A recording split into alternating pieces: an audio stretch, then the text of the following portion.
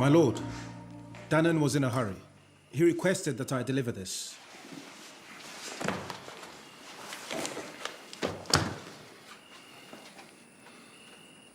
Audio.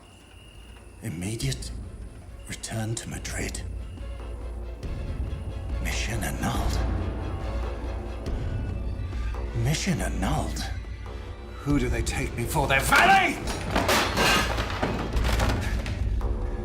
Mission annulled? Order me? Those miserable specimens! I am Prince Ali Bey! No one gives me orders! No one! Do they know who I am? They're gonna pay! The payment!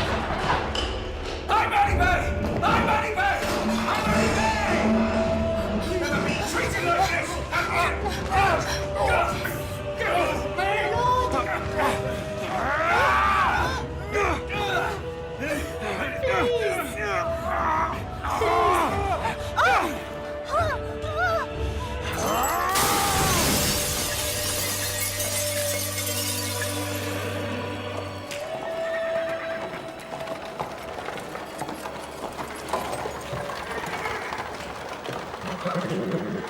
Good day, Colonel Arias.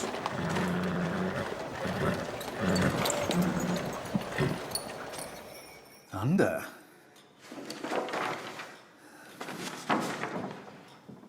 Hurricane.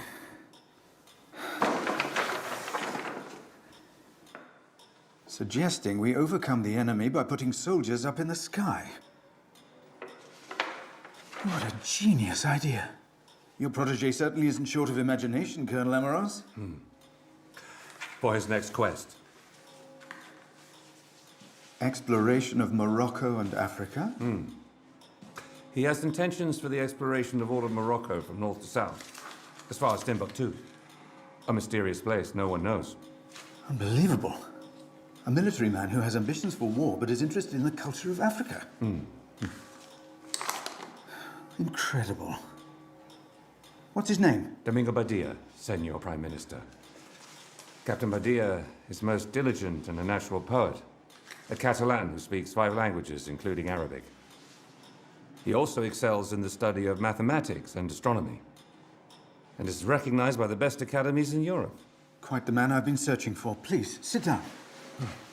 I'm beginning to think he would be perfect for my project in Morocco. But for now, let him concentrate solely on balloon flight. Once it's over, bring him straight to me.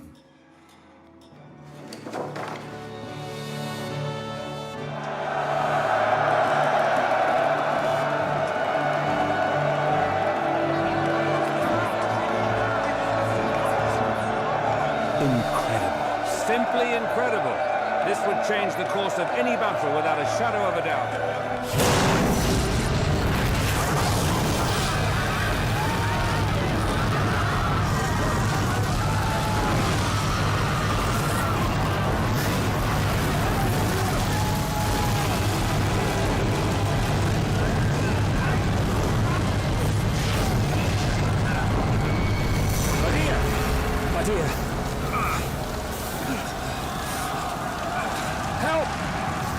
Hydrogen, which isn't right yet.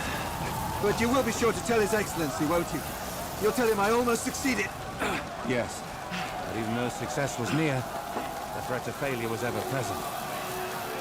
But fear not, there are more important matters. In particular, His Excellency wants you for a project that's much more exciting. It's a sin to try to reach the heavens, Domingo Badia. Soon you will be in Africa helping me.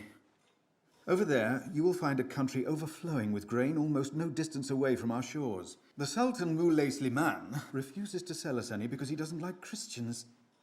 Spanish Christians in particular. He would rather sell his grain to the English, who in return are supplying him with weapons for his army. An army which will one day wage war against the coastal garrisons we've established at Ceuta and Melilla. It needs a brave and determined man. Colonel Arias has assured me that you possess all the qualities of such a man. And I believe him. Your Excellency does me a great honor. Then you shall go to Morocco and remain there for as long as you deem necessary. The Sultan will welcome you and no doubt be intrigued by you. He's a man of culture, fascinated with literature and science, mathematics and astronomy. If the Sultan is interested in astronomy, we somehow need to capture his attention. I'll go to London and buy instruments, which will amaze him. Excellent idea. That would be a marvelous way to gain his confidence. Well, that is precisely what we're here to discuss. Spend time gaining his confidence so you can travel freely around the country. Discreetly make contact with tribes we know to be hostile to the regime when the time is right. You must stir up a revolt. You must unite them together to rise against the Sultan in order to replace him with a ruler who will favor us. Eliminate the Sultan, Excellency. I'm a man of honor. Captain Badia, you are first and foremost a soldier. Gentlemen, a decision. Colonel Amaros will give you all the communication details, including a secret code. Our consul in Morocco will act as intermediary, and, of course, to be quite clear, none of this information has been passed to His Majesty. It's my own secret mission, strictly between the three of us. It's our secret. Are we clear? Quite clear, Excellency. Good. So now we have a plan. We will. First, you will go to see Napoleon's Minister of Foreign Affairs in Paris. He is a friend of mine called Talleyrand.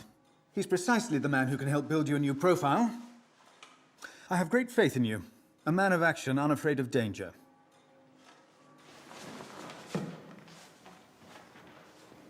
His Excellency Mahmud Pasha, Ambassador to the Sultan of the Ottoman Empire.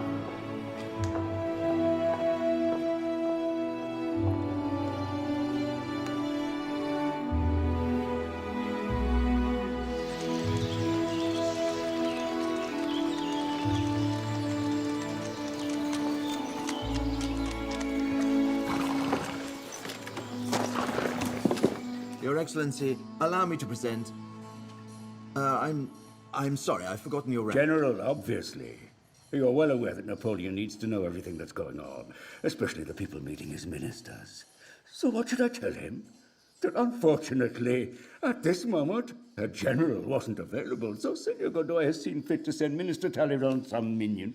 General who? Badia, Your Excellency. Ah, General Badia. That sounds impressive enough. You can leave. I think the plan you and Godoy have come up with is simply ingenious. Nevertheless, your impersonation must be absolutely perfect in order to avoid any doubt. So here's my proposal. I will resurrect a great Arab prince from Syria, a man I once knew whose name was Ottoman Bey, from the Abbasid dynasty, a descendant of the Prophet Muhammad, and a great nationalist not afraid of upsetting the Turks. They threatened to kill him, so he fled to Spain, where he finally died. Let us imagine, about 15 years ago, he had an 8-year-old son when he fled Syria. His name was Ali. How do you like that name, Ali? Good. Well, yes, Ali. A couple more details. One is your physical appearance. You must grow a moustache and a long beard. It's very important for Muslims. I shall make sure I do that. And secondly, this is more delicate. A personal matter concerning the intimate parts. Suffice it to say that, like Jews, Arabs are circumcised. You have an uncanny grasp of the situation. When you travel to London, you'll meet with a specialist who will look after you, Blizzard. He will perform this little operation.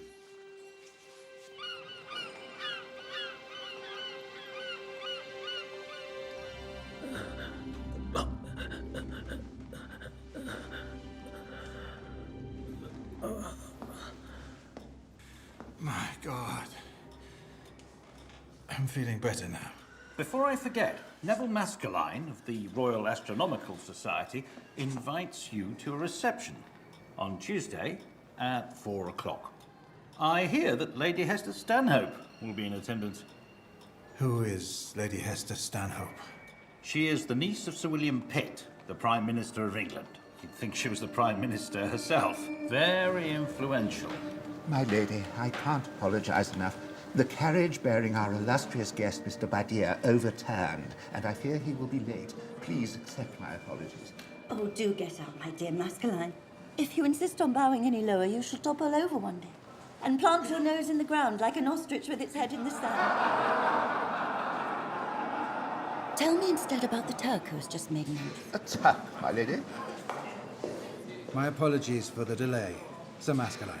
I know you are waiting for Domingo Badia. Here I am. But I do not understand. I shall explain everything. But first, let me pay my respects without further delay to Lady Stanhope. Your ladyship, permit me to bow before your grace and beauty, and to hail the future Prime Minister of His Majesty, King George III. Well, you are misinformed, sir. Please be aware that the actual Prime Minister, William Pitt, is my uncle. And he has absolutely no intention of handing the post to me, a post which I haven't the slightest wish to claim. I know. But now, sir, please have the courtesy to tell us who you are. With pleasure. Sir Mascaline and the eminent fellow associates who make up this assembly have known me until now as Domingo Badia. In fact, I'm Syrian. My father, the Emir of Damascus, was persecuted by the Ottomans and forced to flee his country with his family and take refuge first in Italy, then in Spain. I grew up in Madrid, so it was practical to take on a Spanish name. But as I have now decided to renew ties with my noble past, I shall be known henceforth as Ali Bey Abbasi, Prince Ali Bey. Your Royal Highness, you're most welcome. My lady, in your gracious presence, our Academy wishes to recognize the endeavors of an esteemed member whose work has permitted us to resolve a difficulty which has perplexed us for many years. We thought him to be a Spaniard, but here he is a prince, originally from Syria. But more importantly, at last we have the answer to an enigma that has tormented us for years. And that's not to mention the gratitude we shall receive from the Academy in Paris. May I ask your lady to present this quadrant, the symbol of astronomy, to our friend Prince Ali Bey in recognition of his brilliant work? It would have been too difficult for me to conceal my jealousy if someone else had been given the honor. Your Highness? Tell me, how are you getting back to your lodgings? You can hardly wander the streets of London dressed as you are with a quadrant proudly displayed under your arm. Indeed, it could be difficult. I'm thinking that I probably ought to accompany you to your lodgings in my carriage. This is all about Saladin, the ruler of Egypt and Syria. Saladin had only one failing. He was overgenerous towards his adversaries. He actually let them get away with their lives instead of allowing them to perish without pity. Perfectly noble. Let us continue no more with this discussion. I would like you to accept this as a gift. It's a copy of the Quran in calligraphy that's several centuries old. The bookseller who sold it to me says it was handwritten by none other than the great Persian poet Omar Khayyam. Omar Khayyam? Mm-hmm. Lady Hester, I don't know how to thank you. It's a wonderful gift. It's my pleasure. And I hope you can forgive me for attempting to keep you as my prisoner. Dinner is served, my lady. Ah, thank you, Miss Williams. I think that will be all for now, thank you. Would you happen to know Richard Brothers? Richard Brothers. Was he the preacher who predicted the beheading of King Louis XVI of France? Precisely. Take it. Do you know it? Jerusalem and the Garden of Eden. Let's skip to page 67. Mounted on a splendid black horse, Lady Hester Stanhope rides out with her Praetorian Guard, her huge burnous floating in the wind, and in these grandiose surroundings, graced with the magnificent structure of the Temple of the Sun, her guard will brandish sacred banners of white and green silk embroidered with Quranic verses, which the crowd will take up in chorus. Thus will she become Queen of Palmyra, the new Zenobia.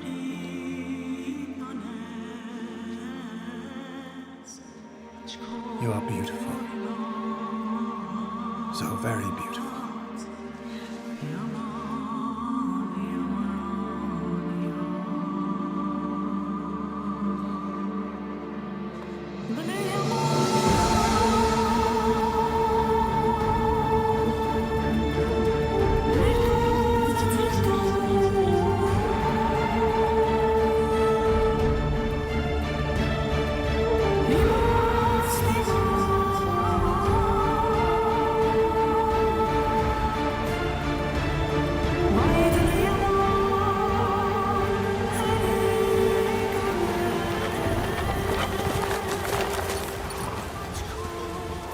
When will you leave England for Morocco? As soon as I've received the astronomical spyglass I've ordered. How long shall we be separated? 2 years? More, perhaps? We will ride through the English consul in Morocco. I will arrange it.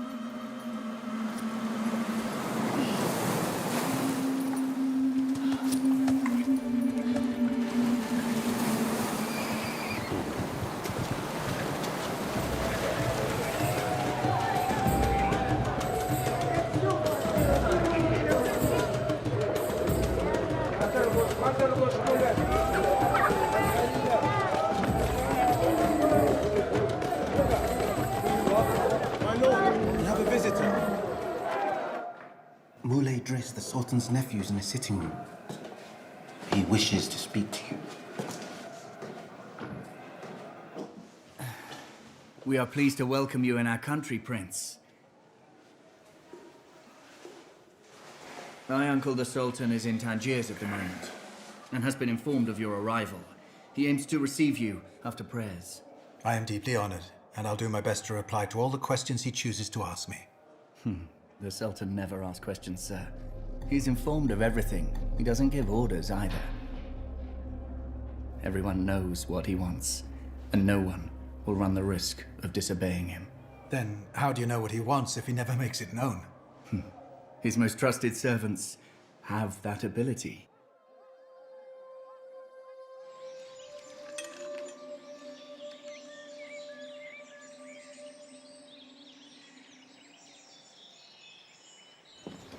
Is a brown bass, an English rifle considered to be the finest in the world. I brought you 30 of them, sire, as well as 20 pistols.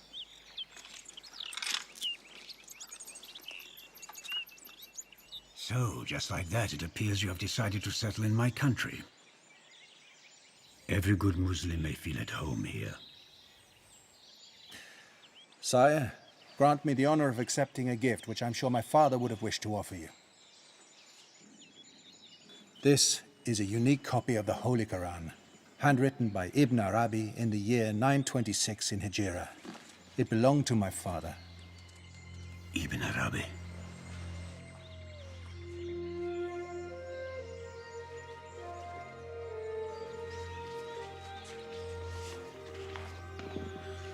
Ibn Arabi.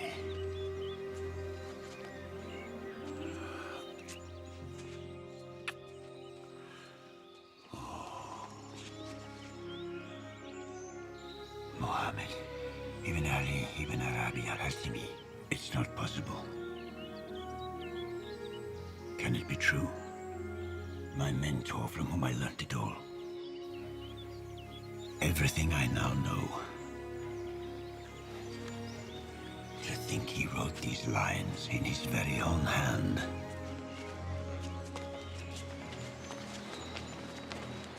Sire, it is not fitting for the Sultan to display his emotions in public, especially when there is a stranger among us, one whom we know almost nothing about. A Sultan shouldn't be ashamed of his emotions. They are a sign of strength, of nobility. I now understand why he's been sent to us. To bring good fortune and the promise of peace.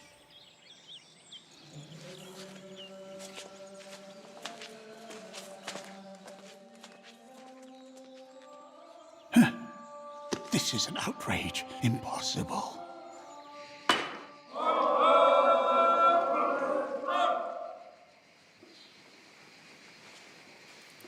Ali, come near.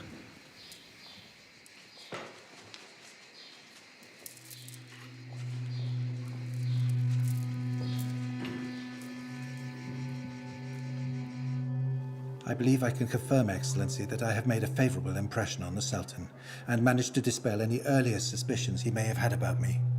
At the moment, I foresee the very best chances of success for the next stage of the mission entrusted to me. Salem.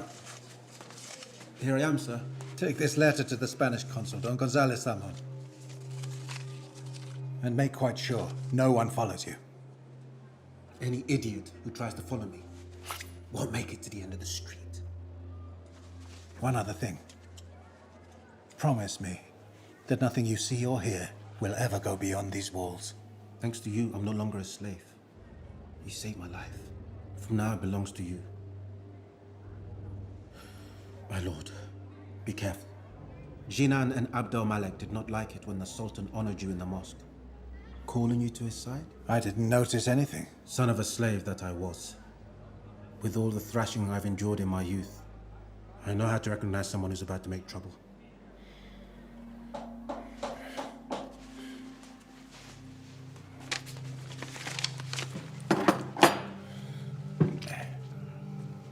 Welcome to my house again. Thank you. You surely noticed at the dinner last night, you were the only person with whom the Sultan shared his black bread.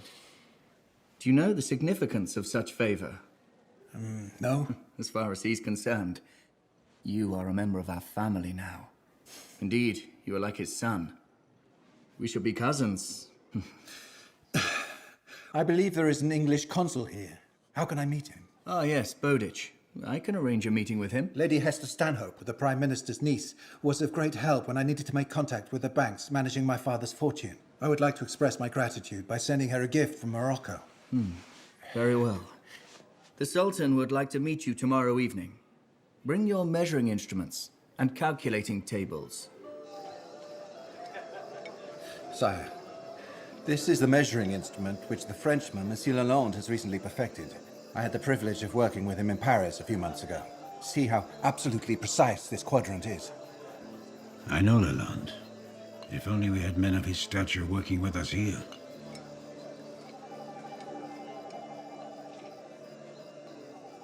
Just to shame me, the Sultan held this gathering. What else should I think other than he wants rid of me? I mean, ever since that man has arrived, he's the only one who matters, as far as the Sultan is concerned. Jidan, think. No one knows the Sultan as well as you. He's inscrutable, always thinking in twists and turns. You have no idea. Do you really think he'd be making such a fuss over this unknown foreigner if he weren't to benefit? Maybe, Abdelmalek. The question is, should I worry? What I think is we must do everything we can to find that Quran he gave our Sultan. What for? Once we get our hands on it, you will figure it out.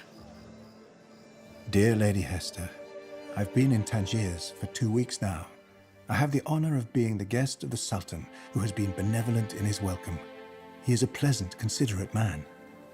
A month ago, I was a free man, but I am held captive by our enchanted evenings in London. I am under the spell of your tenderness. To be enfolded in your arms is to know the heights of intoxicating happiness. Here, in Tangiers, the soft nights revive the memory of each embrace, the endless fire. Women this side of the Mediterranean wear little slippers, just like these ones I've sent you. Wear them like they do, to silence rumors when they hope for the return of a lover. You will also find incense, and as it burns, may its perfume remind you that we too have burned with passion. As for me, the Sultan wants me to go with him to Fez, the capital of his kingdom, about 15 days' ride from Tangiers. Fez is the city of mosques.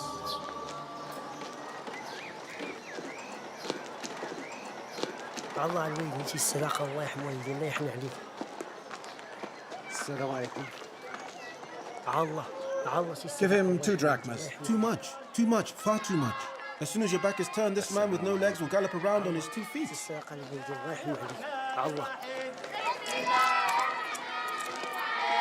الله يطول عمركم يا سيدي.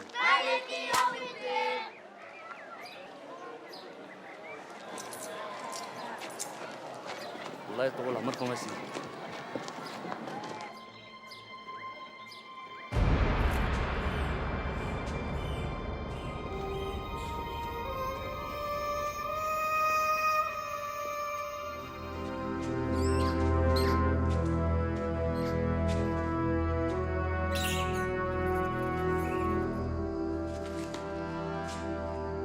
Natural History by Gaius Plinus Secundus, Pliny the Elder.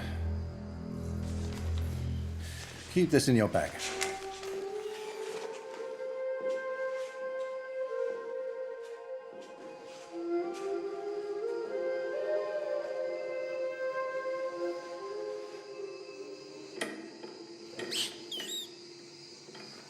He walked for about 3 hours in the Medina with his manservant Salem.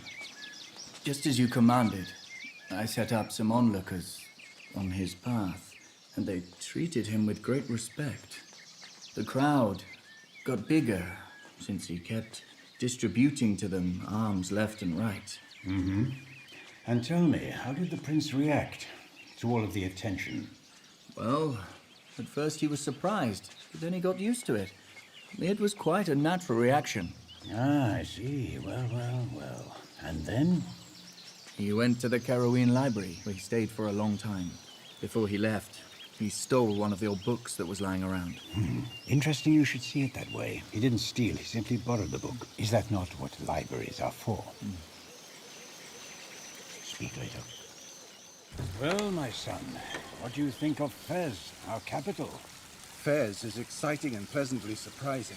I have only just come to your capital, and yet no matter where I go, I am treated with the utmost consideration and respect.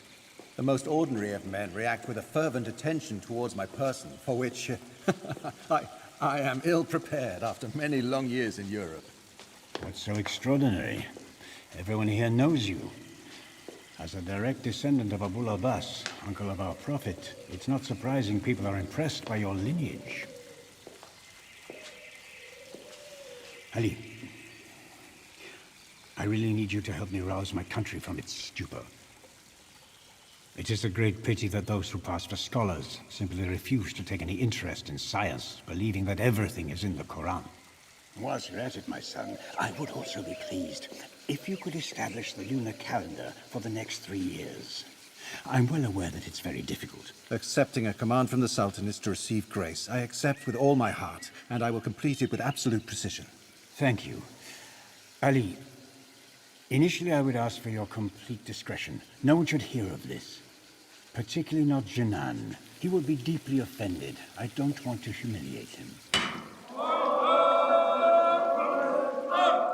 My lord, Moulay Driss came a while ago. He brought you a present, sir. I placed it in a nice room upstairs. A present?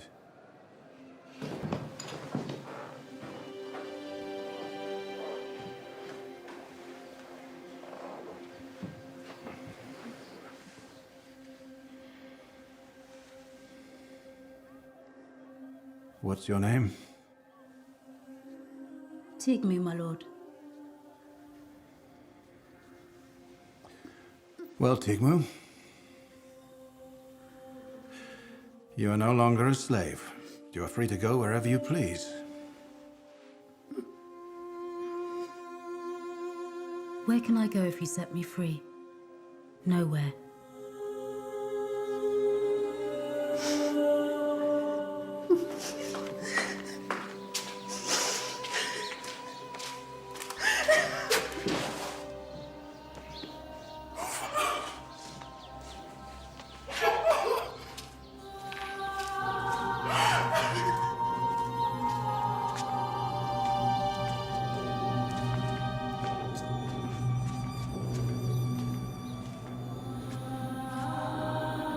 If you send Tigmu away, sir, you'll be putting her in great danger. And you will offend Moulay Driss, who made a gift of her, thinking you would be pleased. You don't give people as gifts, especially not a woman. Moulay Driss will think it's her fault you are not pleased. And that's the worst thing that can happen to a woman in her situation. So what should I do, Salem? What should I do? Keep her. It's easy. A descendant of the Prophet would never allow desecration of the Holy Book by writing Latin letters. Here's proof Ali Bey is not what he seems. Abdul Malik, didn't you tell me that the English consul, Bowditch, suspected Ali Bey of being a spy in the pay of the Emperor Napoleon? He is indeed suspicious of him.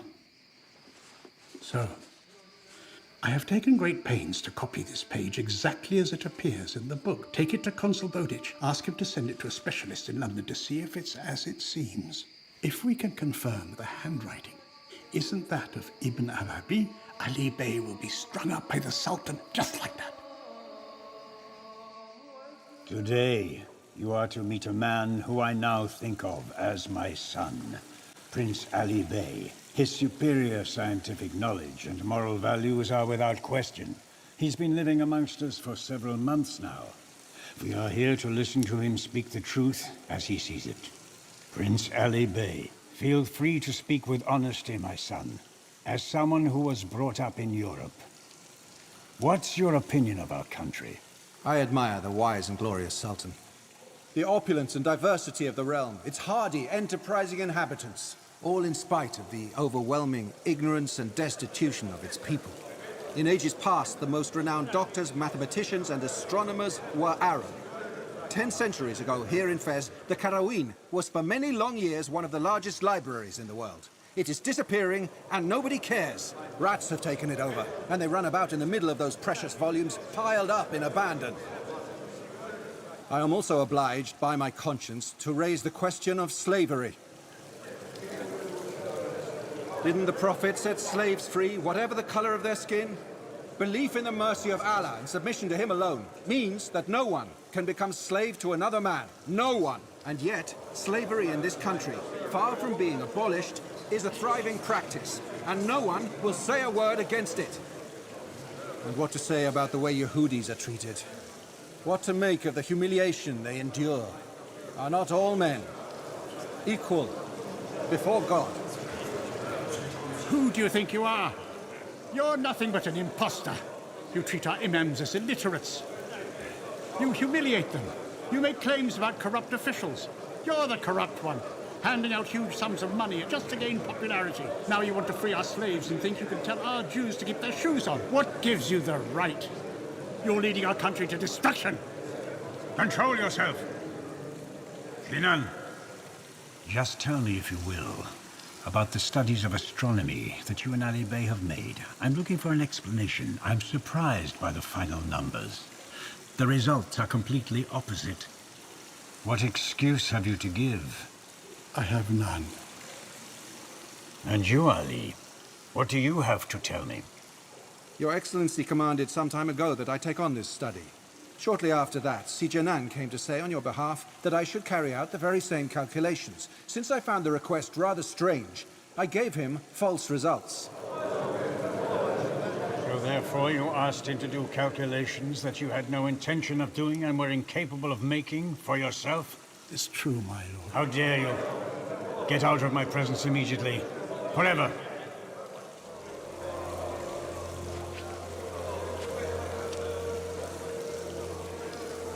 Prince Ali, I read in your report that you have predicted a solar eclipse for next month. Are you convinced this will take place? There will be a solar eclipse on precisely the 6th of next month at 20 to 12. It will last for 35 minutes.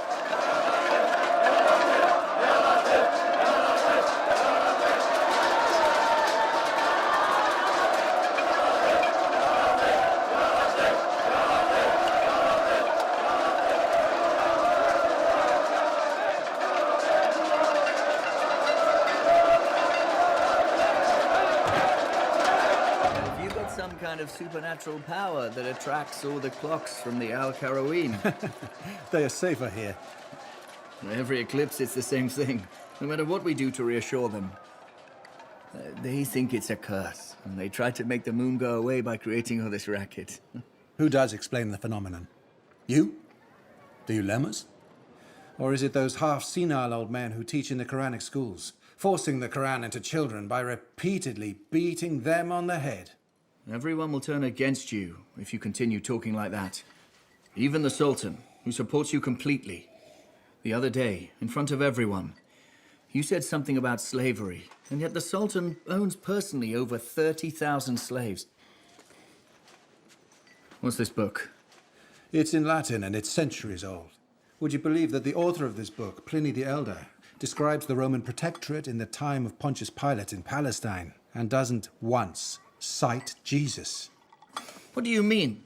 The Prophet Jesus didn't exist. He's cited 17 times in the Quran. 25. 25 times. 25 times.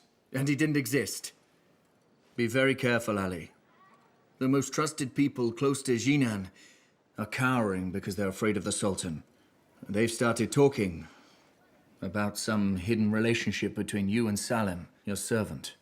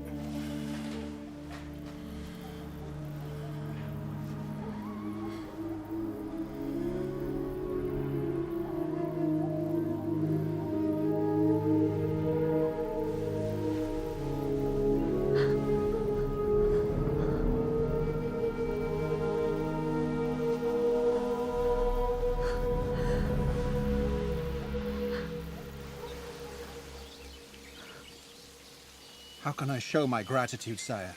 Now on it is yours. You are one of the family now. Moreover, I'm going to ask you something I could only ask of a son. Ali, I'm certain that you're the only one who can persuade the tribal rebels, both to the north and the south, to put down their arms and join forces to rally round me, go to Mogador, and arrange a meeting with Bubkar Amush, our most feared enemy. He'll tell you all about their troubles, putting the blame on the Sultan and his merciless army. He'll tell you his side of the truth as he sees it. That the administration squeezes them with high taxes. Tell them they are right. I have heard, sire, even at court, that the taxes were too high. Perfect. All the more reason for you to agree with them. So when they hear it from you that the Sultan extends his hand, they'll swear allegiance to me. Ali, I feel that fate has brought us together. Now, go and take a look at your new home. We'll leave the details of your mission until later. Prince Ali Bey is going to Mogador soon. I'll order our governor there, Abdel Malik, to organize a grand festival in his honor. I want our faithful subjects to turn out in great numbers to cheer him on the way there and upon his return. Handle this with discretion. Their joy must be fervent and spontaneous, as if they were welcoming me as Sultan. My uncle, no one says no to the Sultan. But what you're asking me to do is impossible. No one can be acclaimed like the Sultan. You'll follow my orders, Driss. And that's all. Reveal nothing to Abdel Malik or anyone else. There is a Yehudi at the gate, sir. He'd like to see you. Says it's rather urgent. I was waiting for him. Let him in. My name is Levy Dannon, sir. At your service. Are you Moroccan, Mr. Dannon? Yes, a Moroccan Jew, sir. Please allow me to convey what an honor it is to meet you and pay respectful homage from my community. You are a steadfast and impartial spokesman for us, and we appreciate it. Prejudice is tenacious, certainly. Where there is no injustice we cannot one day put an end to, Mr. Dannon.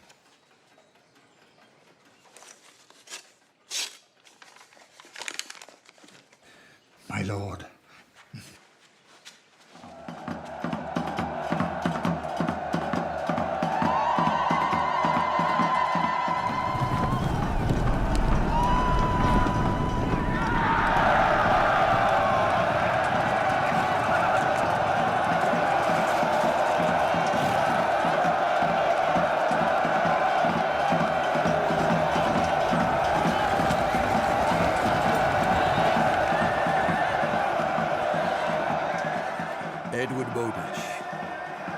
Consul from England. I know Mr. Bowditch. May I ask if you have news of Mr. Pitt, the Prime Minister, and his niece, Lady Hester? Ah, the Prime Minister's health gives us all cause for concern. Lady Hester does everything she can to support him. Accept my expression of concern for Mr. Pitt's health. Certainly. I will indeed. Don González Salomón, the consul from Spain.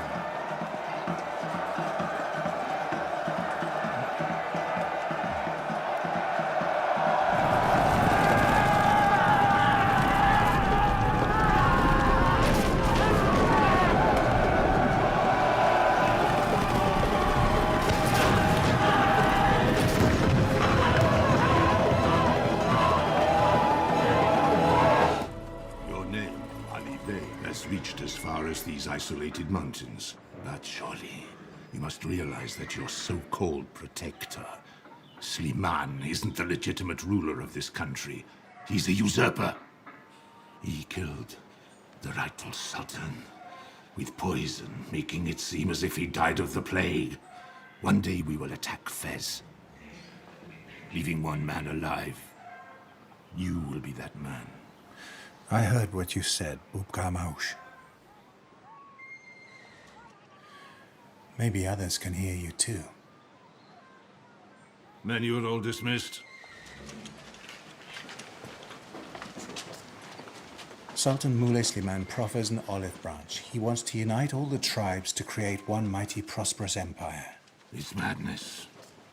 Utterly preposterous. Maybe so, but think about it. If I mediate this, your rebel tribes could finally unite, and who knows if in the end you would manage to find a way to get rid of the usurper. Not without 5,000 rifles. Even that wouldn't be enough.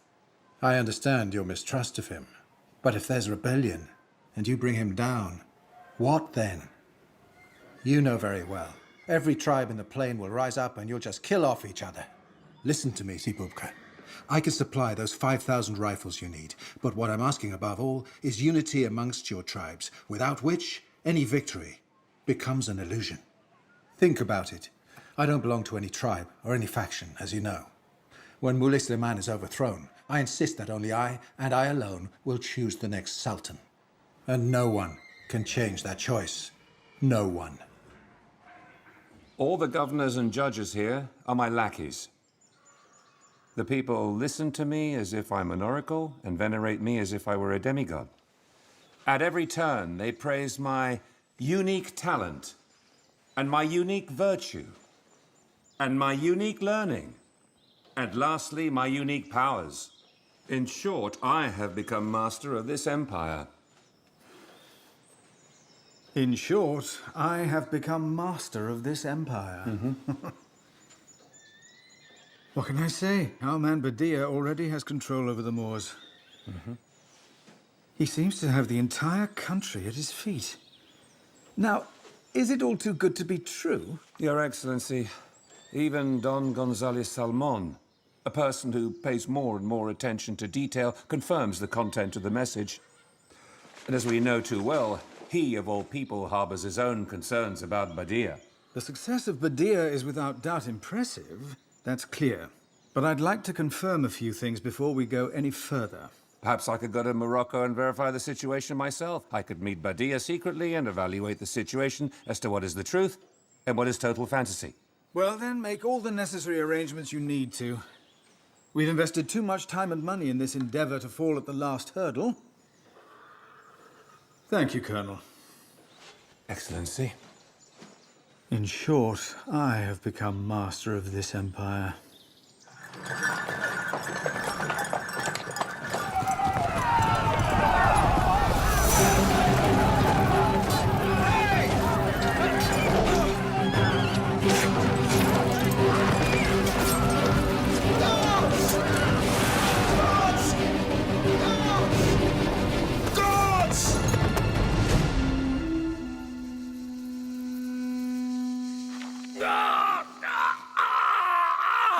Again. You told the Sultan that the Quran you gave him was handwritten by Ibn Arabi. Is that what you said? Speak. Yes. So the Latin characters written at the bottom of some pages, how do you explain that? Do you really think Ibn Arabi capable of defiling the Holy Quran? Do you? I don't know what you're talking about. Say it! Say who sent you! The truth! Who are you? I am Prince Ali Bey. Harder!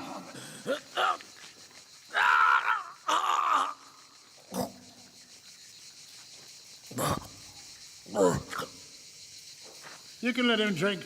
We'll make him talk. Out!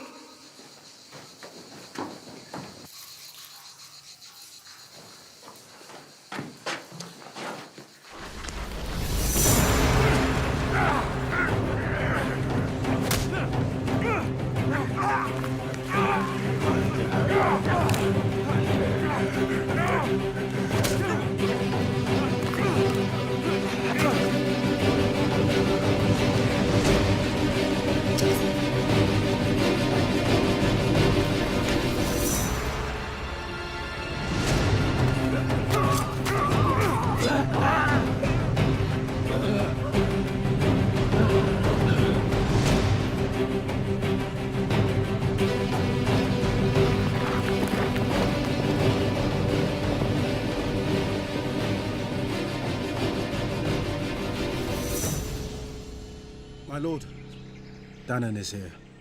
He wants to see you. Tell him to wait in my study. Give me time to get ready.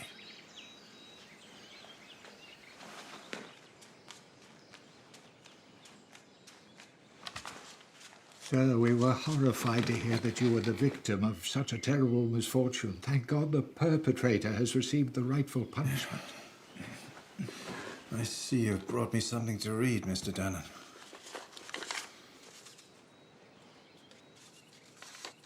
I'll be in Tangiers at the end of the month. Make arrangements so we can meet. I must get the Sultan's permission again. In case things get difficult, I'm entrusting you with this bag, Mr. Danan. See the Spanish consul gets it so that he can send it on to Madrid. My lord, may God keep you safe. My lady, a parcel arrived for you today from Morocco. It's over there.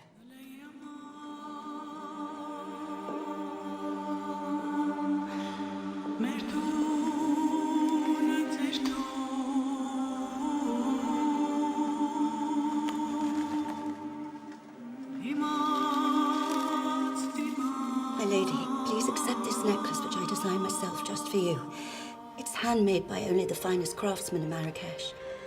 I hope you like it. Its brilliance will reflect the translucent tones of your skin. When you enter Palmyra at last, your Prince Ali.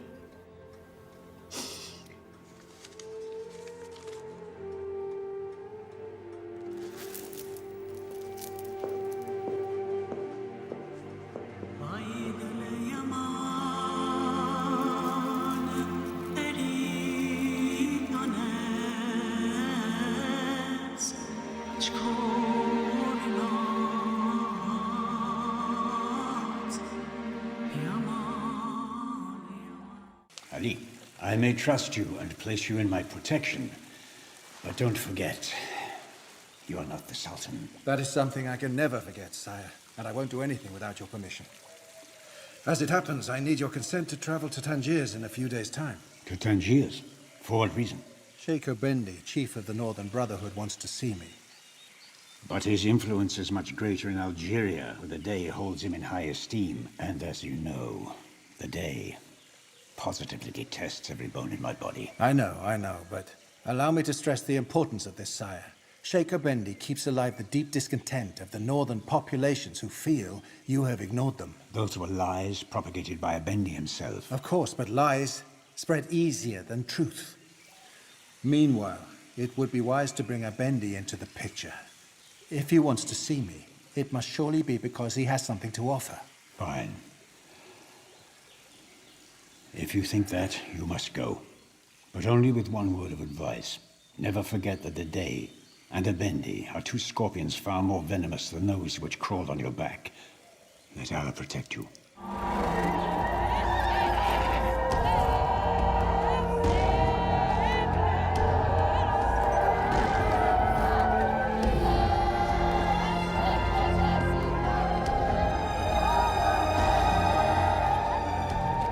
Yes, these people hail from the northern regions, and are here to pay you homage, sire. And in anticipation of your arrival, no one has slept for 3 days. Please will you accept this gift of a golden cutlass, encrusted with precious stones, my lord.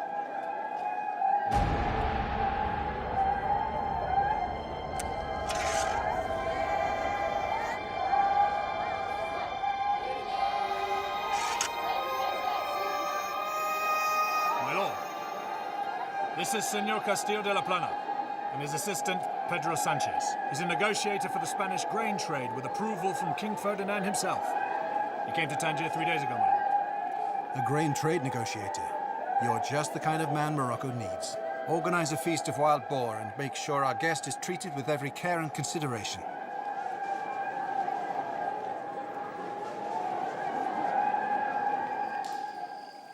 Now that we're alone, I'm curious to know one thing, Sheikh Effendi. This magnificent golden saber offered to me by the northern tribes, was it your doing? It was a gift from all the peoples of the north. What do you think? Listen carefully to me. The Dey of Algiers agrees to supply 15,000 Kabyle fighters, but on one condition, and this is important.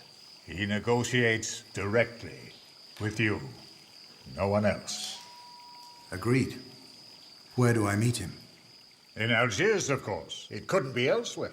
The politics will change with Moulay Slimane out of the way, and it will affect everything that is happening here for the better, which will hopefully enhance relations with neighbors. Obviously. And it wouldn't be at all surprising to me if negotiations started between the Dey and the future Sultan. The future Sultan? My involvement is neutral. I have not the least intention of claiming power. You are the direct descendant of Abu al-Abbas, uncle of the Prophet. May he rest in peace. What could be more natural than to claim your heritage by laying claim to the Caliphate? As far as we're concerned, you're completely worthy of the responsibility. A journey which is your duty, so I say to you.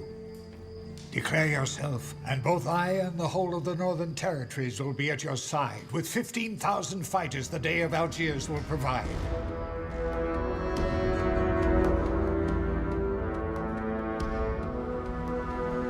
I studied the tides and the currents very carefully.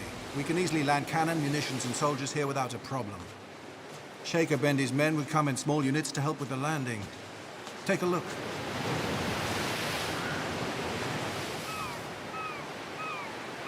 Yes, you have certainly picked the perfect place. Domingo, I must confess that His Excellency Godoy and I had begun to doubt you. You must understand that all your exploits seem to be impressive, but almost impossible and incredible. Understandable. I even doubted myself sometimes. Amoros, time is running out. You must send the arms and ammunition I so badly need. I can be unmasked and eliminated at any moment. And then a unique chance for Spain to extend its influence all over the Mediterranean will be lost. I understand that, and so does Godoy, rest assured. But to do as you ask, it will take time. For a start, he must get permission from His Majesty. And in that respect, we must all show patience and understanding. I know that you are aware that this is far more complicated than either you and I are admitting.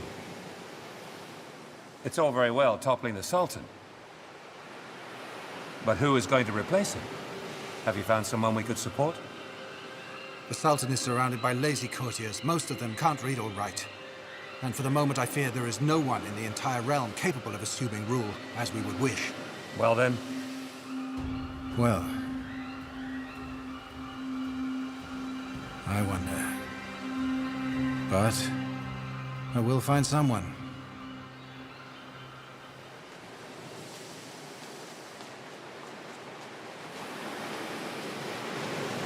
This Badia will never cease to amaze me. What he said is true, then.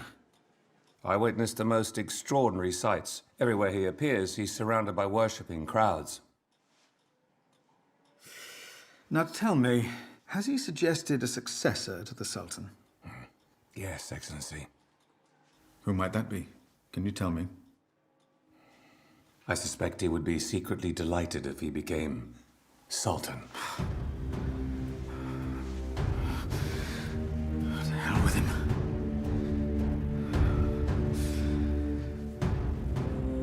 We didn't see that coming. We've created a monster out of the man. Badia could become very dangerous. Power is a mighty aphrodisiac that can turn the heads of the best of men. The moment he's Sultan, he'll forget all loyalty to his mother country. I believe that while he still needs our support, he doesn't represent any danger to us. Yes, Colonel. Let's keep the status quo. For now. Excellency, do you not think now is the time to inform His Majesty of the situation? Right now, the king is away at his hunting lodge. When he returns, I'll speak to him. We can only hope he gives his consent. Sending a scientific mission to Morocco under the direction of Badia seemed such a reasonable idea that I gave it immediate approval. Now what's this I'm hearing? The mission has been transformed into a plot to overthrow the Sultan, added to which Badia has been bestowed with every honor. The Sultan has showered him with favors, a palace, slaves, concubines. It's an intolerable abuse of my authority, an abomination. Your Majesty, if I may take a moment to justify the importance of this mission. For example, let's start with the Sultan, who's hostile towards us, correct? Of course, but all of this is old news.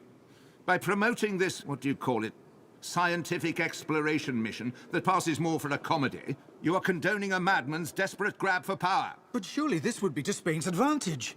Consider the situation. Napoleon has but one dream, one objective. Invade Spain as soon as possible and make it part of his empire. If we were to gain supremacy over Morocco, we'd be stronger, more powerful, better respected.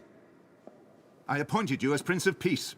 Instead, you have become the Prince of Warfare. Do I have to remind you that the King of Spain is king by the grace of God Almighty, and not by the whim of this upstart Napoleon? I'd never accept a gift even of an empire from the hands of a heretic. A heretic, sire? Do you think I don't know Badia had himself circumcised? That was so he wouldn't be found out, Your Majesty. It was just a precaution. Badia has certainly not renounced his faith. Badia is circumcised, that makes him a Muslim. In my eyes, he's a heretic, an apostate. I want nothing more to do with him. You must put an end to his mission immediately, and order his return to Spain forthwith. I will do as you say, sire. Your Excellency. Excellency, Excellency, Excellency. I bring him an empire on a platter, and he rejects it out of hand. And you know why?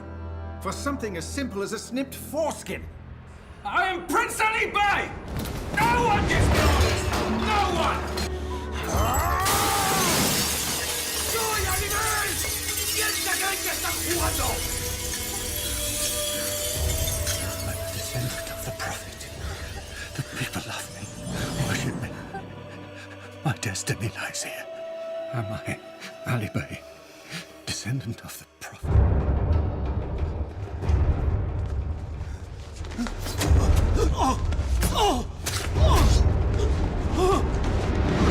I'll take that book. Who was that at the door? Moulay Idris. He was sent by the Sultan to check up on your condition. I told him you had a delayed reaction from the poison of the scorpion. Well, why didn't you show him in? My lord, you started saying things in your sleep that are best not to be overheard by others. Since you now know of my plan, you understand I must act. The tribal chiefs are waiting for my word. They're getting more and more impatient. It is vital I meet the day in Algiers. If I get all the men I need, I can manage without the Spanish and succeed in doing what they turned their backs on. But the Sultan will never let you go. I'll find a way to convince him. I shall make a powerful empire of this country. I shall be Caliph. And I shall be good to my people. Abolish slavery, allow religious freedom for Jew and Christian as well as Muslim. I shall be the Caliph of the learned, the poets and artists. For without science and art, empires are straws in the wind.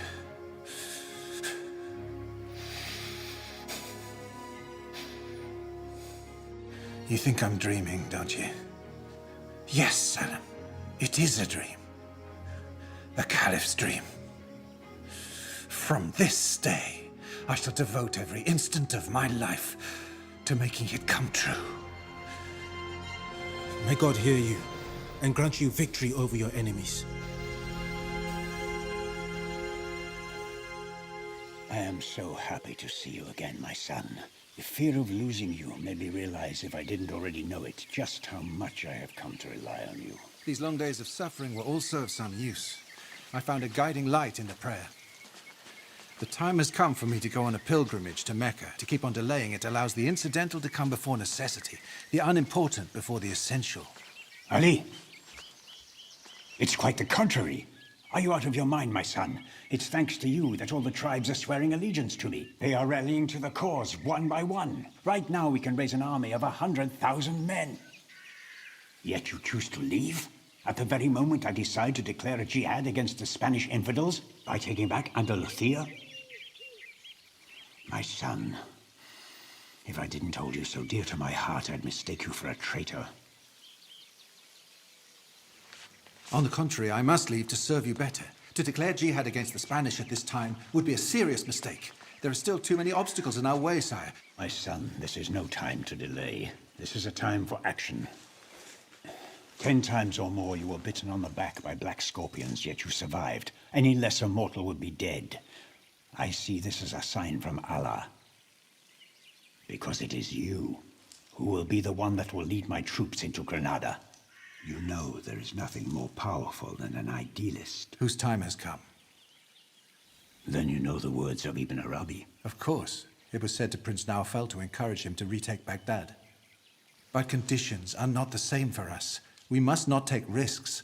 The key to our success is in Algiers.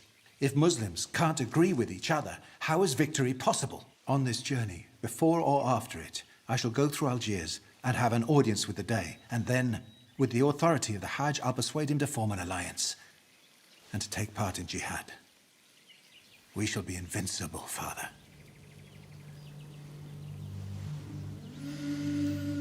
That is the first time that you have ever called me father.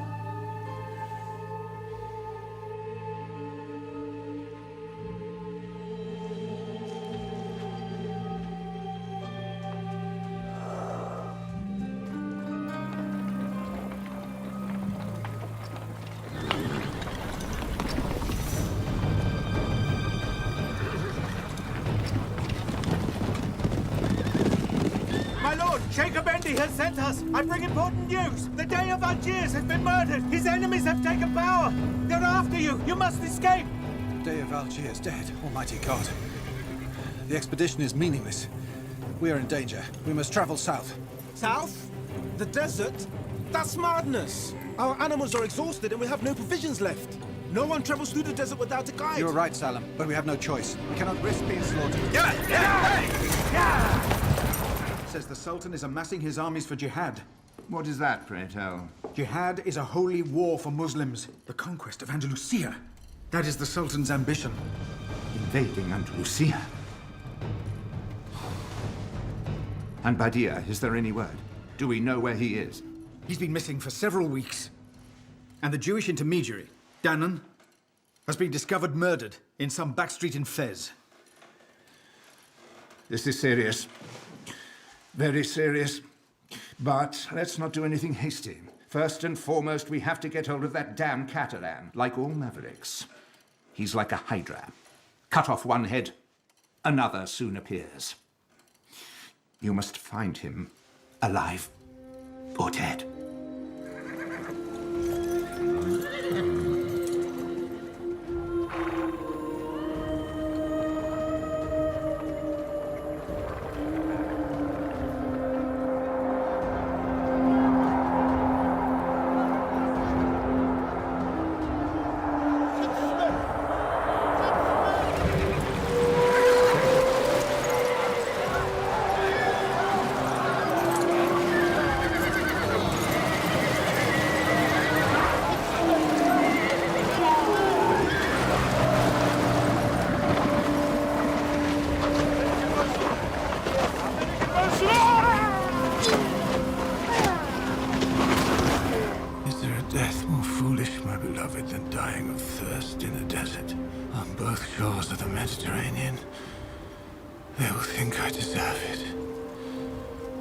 Christian on one side, Muslim on the other.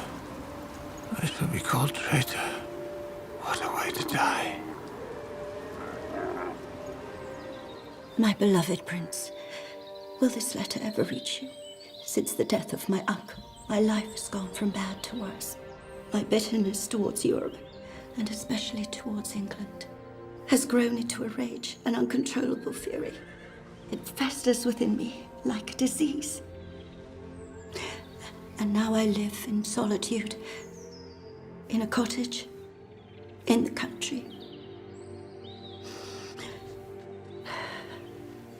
My influence is gone. My funds have run dry. That's all there is to it. I look at myself in the mirror and see a stranger, a woman who is no longer youthful or innocent, a woman whose face is lined with despair and rancor and melancholy. Dearest Prince, I wonder if you have any idea of my distress. What's the use?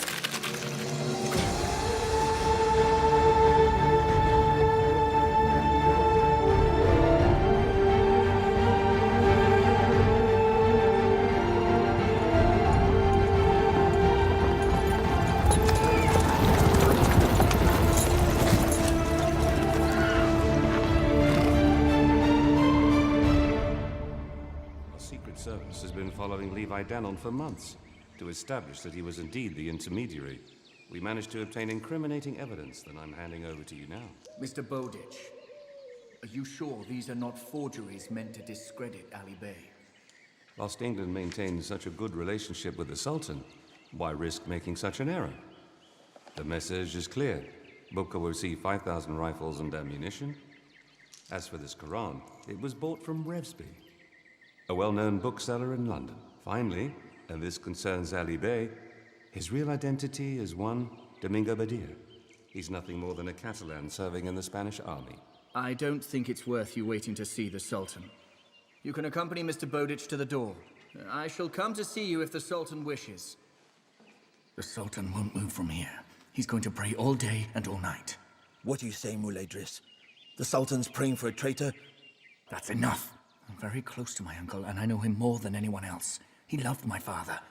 And when he died like this, he prayed for 2 days and 2 nights. What are you saying? The Sultan has foiled conspiracy after conspiracy without pity towards his enemies. Are you implying he's going soft on this spy, this criminal? Am I right in thinking you take me for a complete simpleton, Abdul Malik? Everything Ali Bey did was with my consent alone. When he traveled with my personal bodyguard, when he had meetings with the rebel chieftains, it was entirely at my behest with the sole aim of serving my political ambitions. I always knew he might abuse the privilege and become power-hungry. But he's a spy and a fake. An infidel who wanted to get rid of you. Ali Bey will be Prince Ali Bey for as long as the people believe it. I have sent my best soldiers to track him down. The Sultan has seen to it that you have everything you need. It's a long journey to Mecca. It will take about 3 months under sail. Once again, the Sultan is full of goodness towards me. He is at the port of Larash where a boat awaits to carry him to Mecca. I'm astonished. You'd let him get away? He deserves the gallows. Yes, Abdel Malik. And for very good reason. First of all, it wouldn't look good to make a martyr.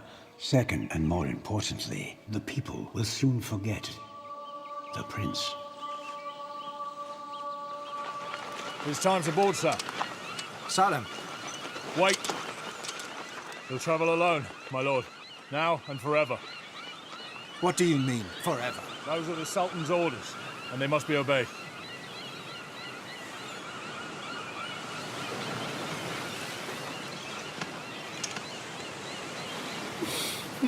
I'll come back. I'll come back. I'll come back.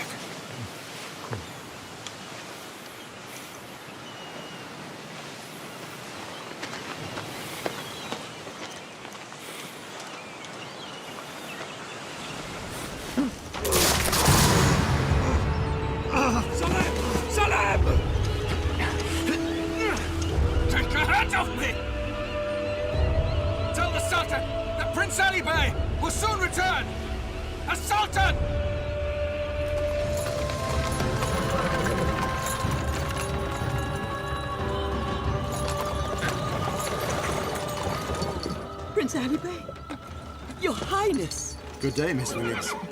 We never thought we'd see you again. It's been a whole year without even the slightest word. My lady has been in such a state of despair that many times I feared for her sanity, that she might never recover. In part, she was comforted by the memories of past happiness, and she longed for you to return. And your silence, your prolonged absence, only served to compound her distress. Prince Ali Bey. But what's happened to those magnificent robes you wear? It is sometimes appropriate to melt away in the masses and pretend to be an Englishman in England. You aren't able to melt away in a crowd of 1,000.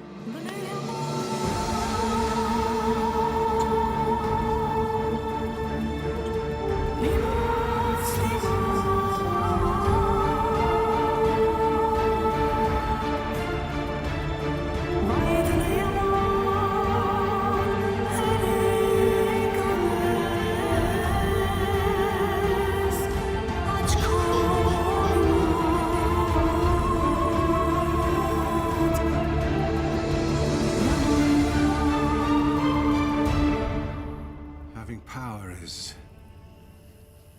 a singular passion. My whole life has been devoted to study. My joy lay in books, and yet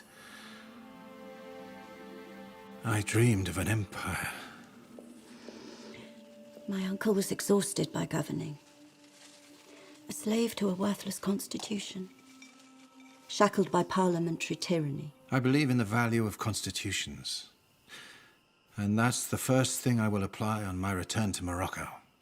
The French cut off the head of King Louis XVI, all in the name of having a constitution. 15 years later, what was the point? So that they could become subjects dominated by an even more powerful sovereign? The Emperor Napoleon?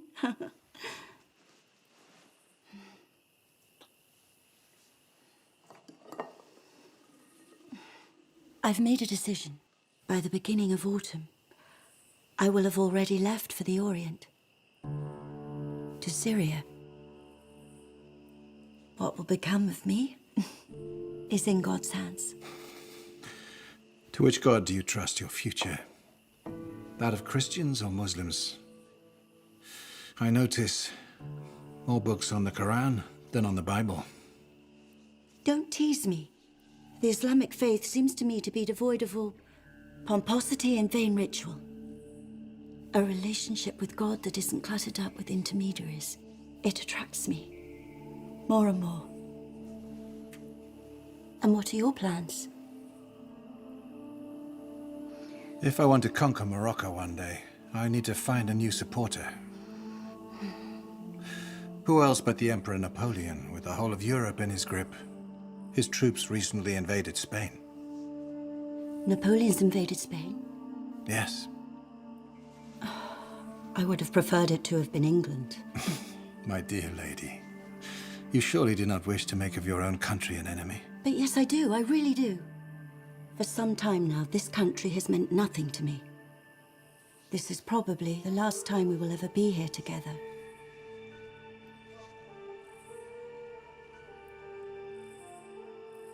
Nothing to say? You're thinking about Napoleon, aren't you?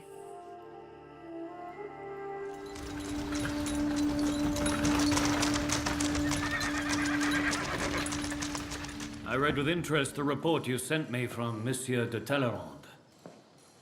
It seems that after your long stay in Morocco, you took a pilgrimage to Mecca. And you're the first Christian to have done that, I've been told.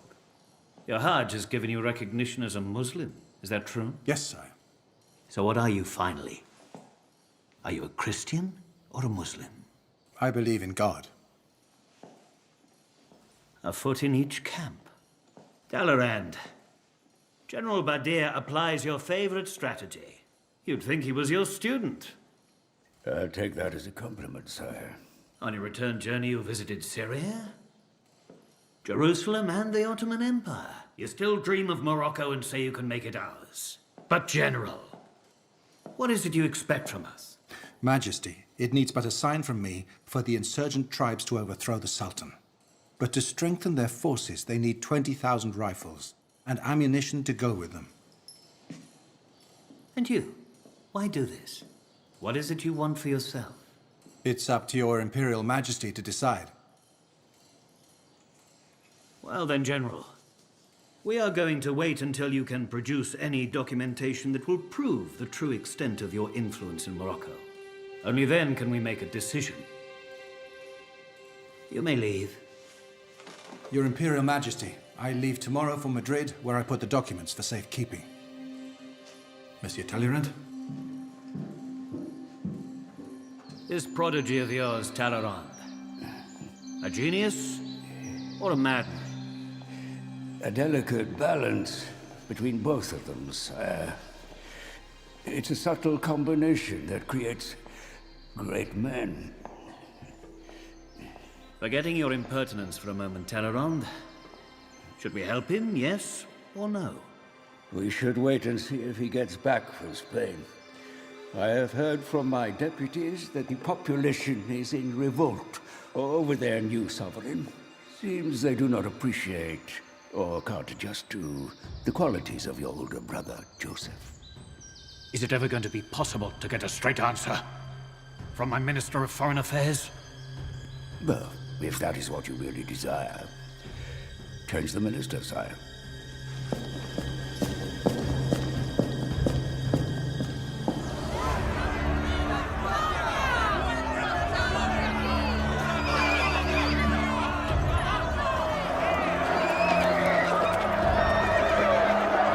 Abdicated. Godoy has disappeared. Rather than flee with him, I decided it was my duty to help the new monarch administer his country. A country of which he knows nothing about.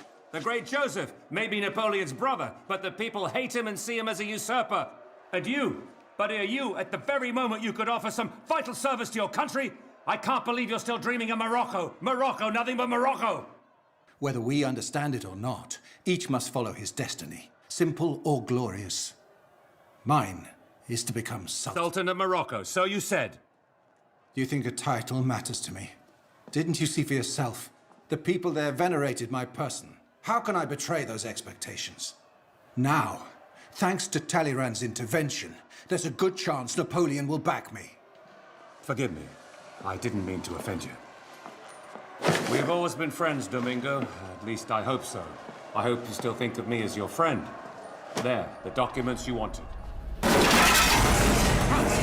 Now! Come on! Run!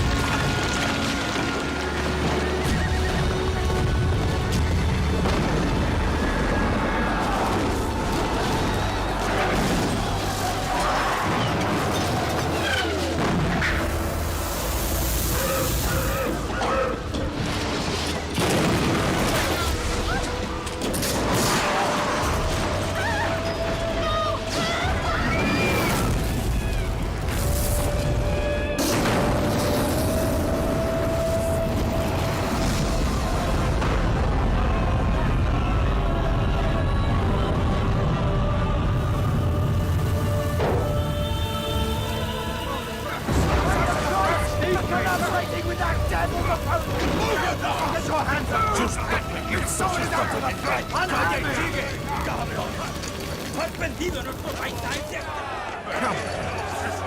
that off! The people are starving and you're wearing gold! Yeah, put that on!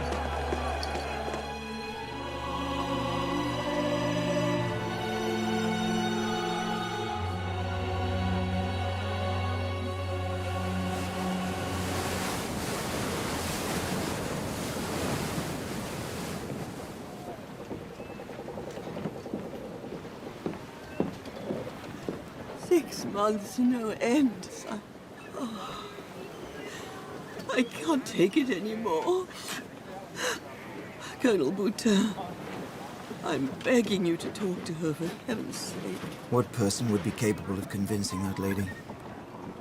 To give up what she sees as a lifelong dream. Especially as we both know this voyage is a fresh start for her.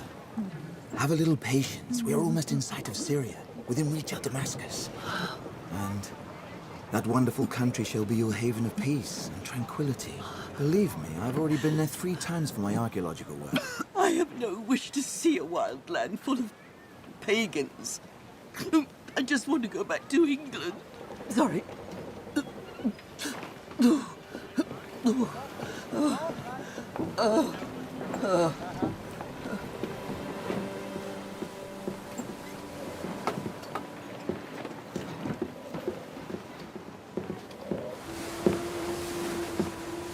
Do you never tire of contemplating the ocean's vastness, my lady? It's fascinating. For a start, it helps wash away all the sadness inside of me. From time to time, between the waves, I can see the face of a man I once loved. My lady, you possess such strength. And yet I am weak when I think of the dreams we once shared. But I know he is dead. Yet I cannot abandon hope in my heart. This voyage is a pilgrimage to a sacred land where my beloved used to live. To Syria, Damascus. These enchanting words bring us ever closer.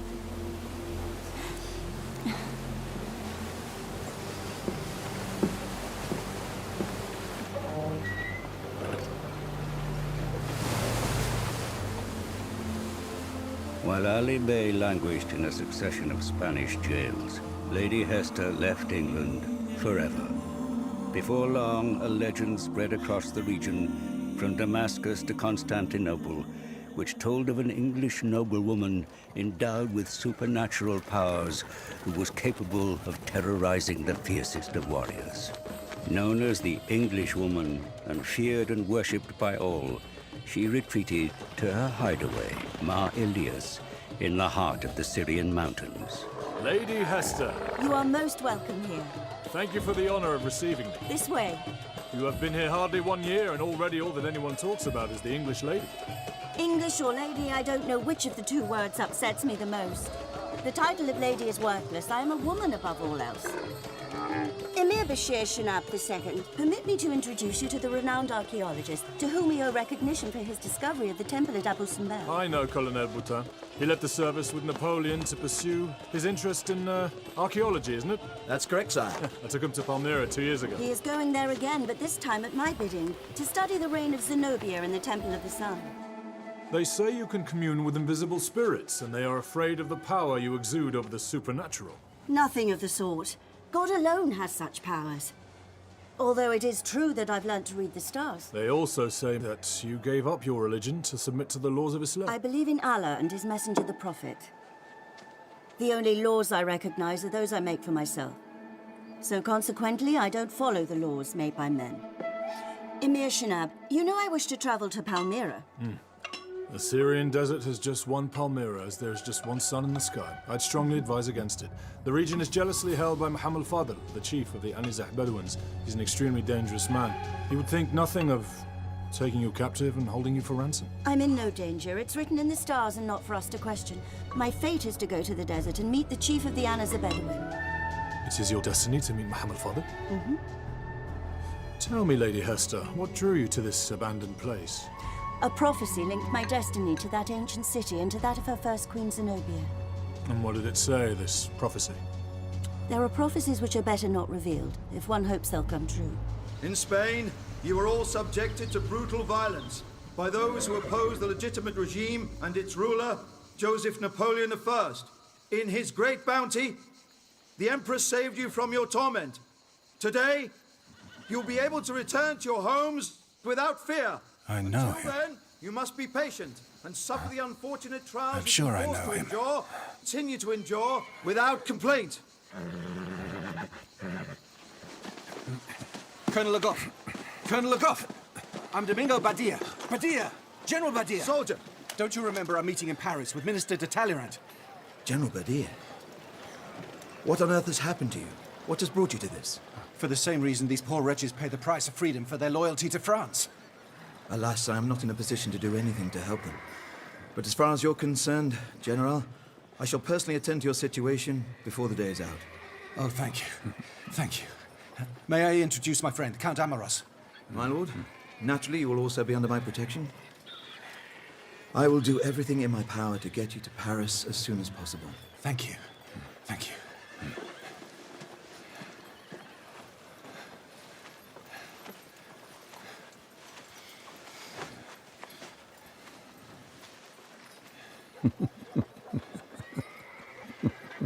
Since when were you a general and me a count? Since prison nearly made wild animals of us. If I get out of this hellhole alive, I will write a book about it. You are the publisher, Monsieur Didot, and know better than I what to do, but since you ask, I'd say it would be better to leave my real name out of it, and to keep only that of Ali Bey, a little enigma for the reader. Very good idea. Let's maintain this man of mystery. Philippe, remove Mr. Badia's name, please. Thank you, sir. Are you aware that I'm preparing a voyage to the Orient? Of course, nothing compared with your exploits. But I hope to bring back a series of articles for the Gazettes. Thank you, Monsieur Didot. May I wish you a pleasant voyage. Oh, thank you. Let me show you out.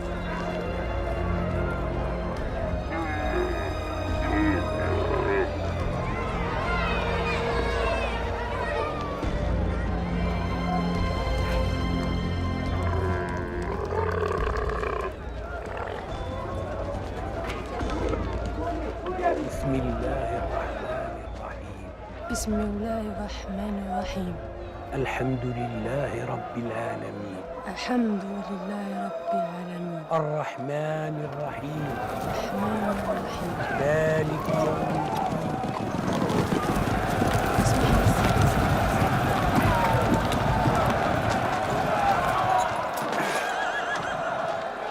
I found the body of Bhutan near Al-Jomra. They gouged out his eyes, cut off his hands, and left his entrails for the vultures. This was the Shambha's doing. Those heathens have assassinated him to challenge me. There is no time to waste. Gather 20 fighters immediately and we shall go to Damascus. Aisha! Aisha! Aisha! Monsieur Didot, I shall be gone for several days. Aisha, please take good care of Monsieur Didot until I get back.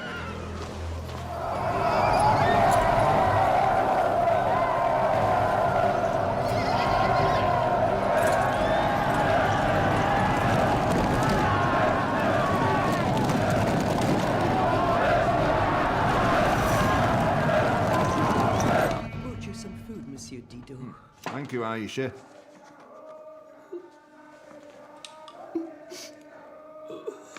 Aisha, what's wrong? Why are you crying? My name isn't Aisha, Monsieur Didot. My real name is Elizabeth Williams. I am English.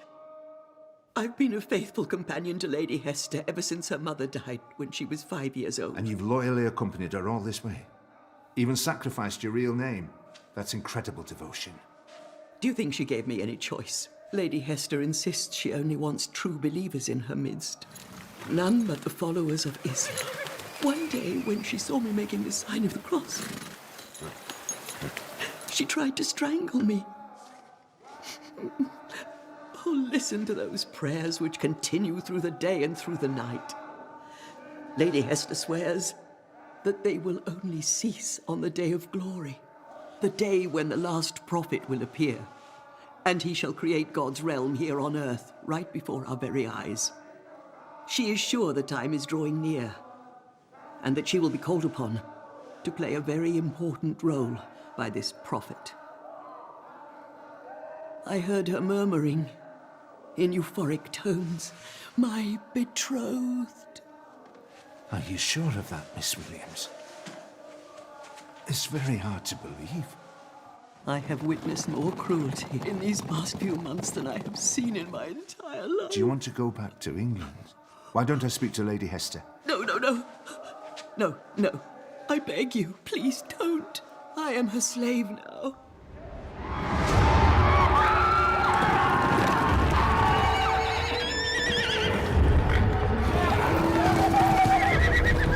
Shir Shahab II, Emir of Damascus. In 5 months, this is the 18th person in my household to be murdered. The 18th! And you knew this one. Bhutan, to whom you so kindly extended the hand of friendship. Are you going to continue to close your eyes to the effronteries of the Shambas? Criminals without a god. Plunderers, assassins, infidels. Men who refuse to convert to Islam. I demand that you put all warriors of the Bekaa Plains under the command of the Baba Aga immediately. He has 3 days, no longer.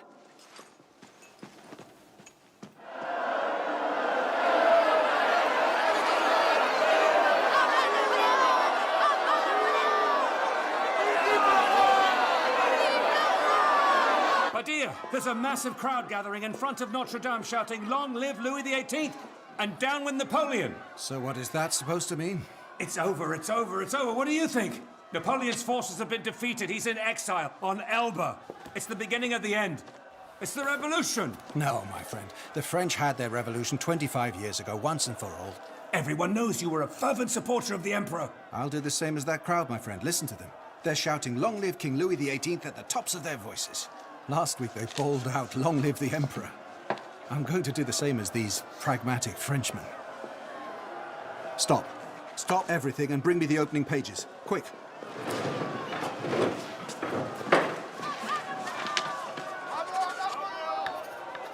My only hope is that all this commotion will permit us to return, finally, to our beloved Spain. Sire, recently Europe seemed to be striding towards a disaster that threatened to plunge her once again into barbarism. God has delivered your majesty as if to teach every nation that the best of all possible gifts heaven can bestow on earth is that of an enlightened and virtuous monarch. Replace that page with this one. Vive Louis XVIII le catholique! Vive le roi! So, Monsieur Didot, you really think my life could be of any interest to the French? Not only the French, my lady, I'm certain of that. And everything I've seen since convinces me of the fact. I am called Maleki, Monsieur Didot. Humble apologies. Maleki. I am certain that you have the best of intentions, but I refuse to satisfy the thirst for the exotic that appears to grip your readers. Full of disgust and utter weariness, I've fled Europe. Its mere mention fills me with dread. At the heart of everything, there is just God and faith. On that we are both agreed, Maleki. I doubt it, sir. The God you believe in is the God who comprehends and pardons, while my God demands and punishes. It's in my nature to achieve my desires through gentleness and persuasion rather than fear and the threat of punishment. That means you still believe in free will and the innate goodness of men. I'm a Christian, believing in Jesus Christ. But wasn't it Christ who said, "I may speak to you in parables, but he who comes after me will speak to you in spirit and in truth"? Very true, those are the words of Christ. And so I am waiting for him, the last prophet, the one that will finally speak the truth. Here in my palace, there are holy men praying day and night, praying to hasten his coming.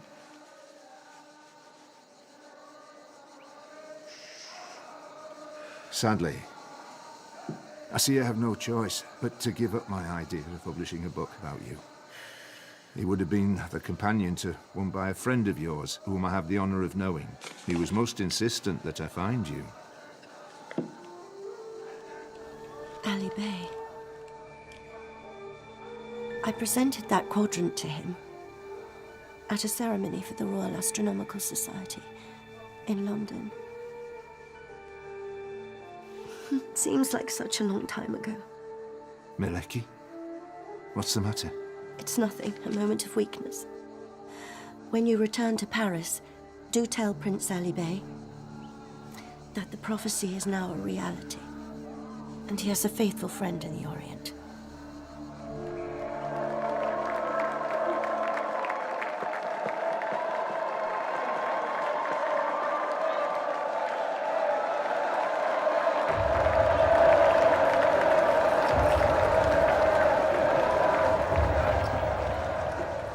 must go to them, excuse me.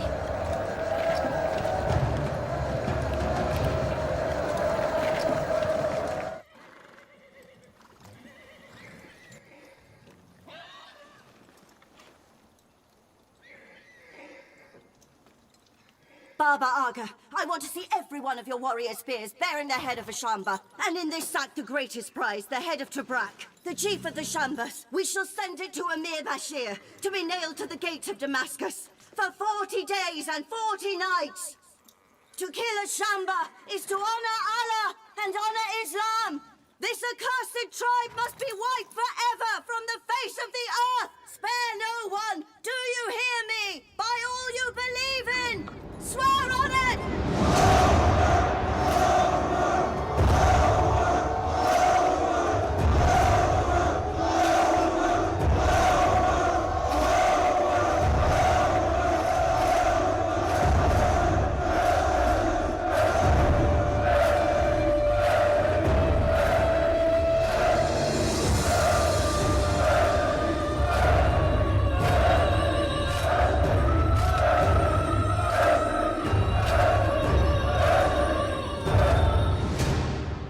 Frozen to the spot with fear. I don't know what distressed me most, the malevolent power of this demonic woman, or the blind fanaticism of those men ready to follow her into the fires of hell. So, what was the outcome of this insane act? An appalling massacre. A terrible bloodbath. Here, read it for yourself. The full horror story in black and white. Hundreds murdered. Villages razed to the ground. Young and old slaughtered side by side. Babies butchered and women violated. The severed heads of the Shamba sent to Damascus and displayed on posts. And the tragic irony of it all is that the Shamba chief Tabrak escaped capture and, regrettably, is still at large. Lady Hester failed to stop the real culprit. Forgive me, dear friend, for judging her so harshly. I know of your attachment. I see that you speak both as a friend and as a man of kind heart. I am well aware that you're still in love with this woman, as I am absolutely sure this passion is reciprocated by her. That's what makes her still seem human. Lady Hester's a spirited horse carried along in a wild race. Only a person in whom she has complete trust and to whom she has nothing to prove can soothe her and bring her back to her senses. You? Yes, me. Thanks to Talleyrand, I convinced King Louis XVIII of my plan and have his endorsement. My project in Morocco is of great interest to him. I think I'll make my way there via the mountains of Syria. She needs me. I must go to her. Are you actually saying you want to see her again? What part of this don't you understand? She's become a fanatic, a criminal. I forbid you to insult Lady Hester. She's a woman of distinction. Open your eyes. Woman of distinction indeed. Are you blind? You who fought so hard to abolish slavery, can't you see she's made slaves of the very women in her tribe? I've no doubt that this Boutin was her secret lover. I forbid you to speak of her that way! I forbid you!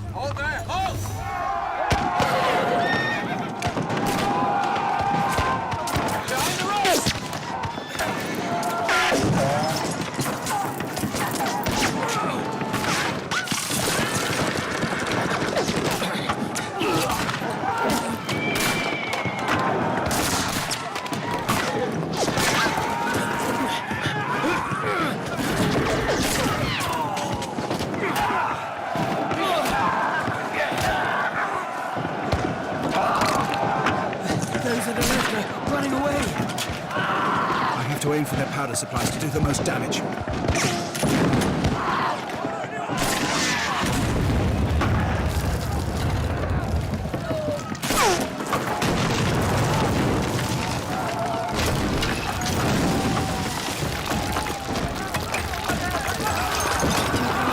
many of them.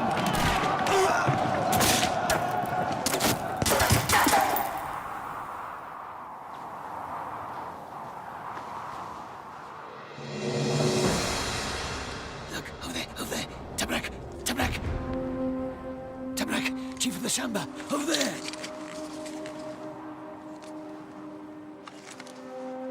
That's my watch. I lost it. The Shamba are very superstitious. Kill him and they'll believe it's a curse. They'll run away in fear. It's our only hope. He's too far.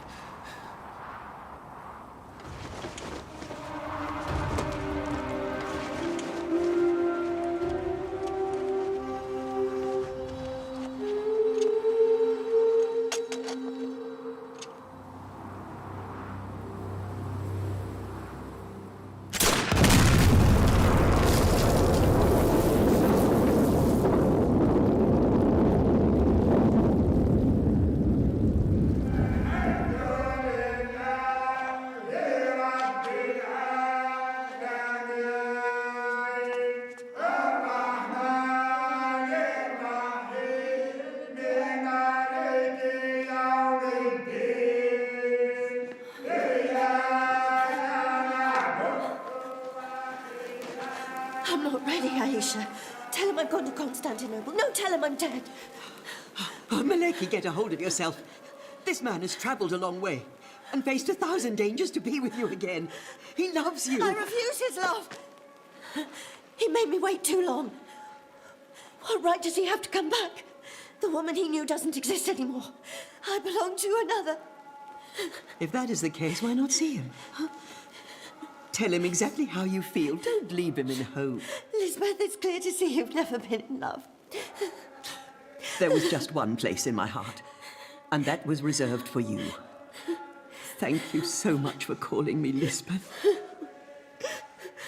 Well, show him to my chambers. Just go. Yes, my lady.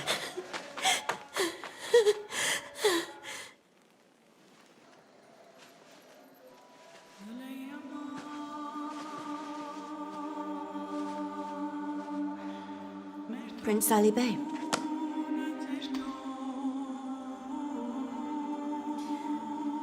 This is a surprise.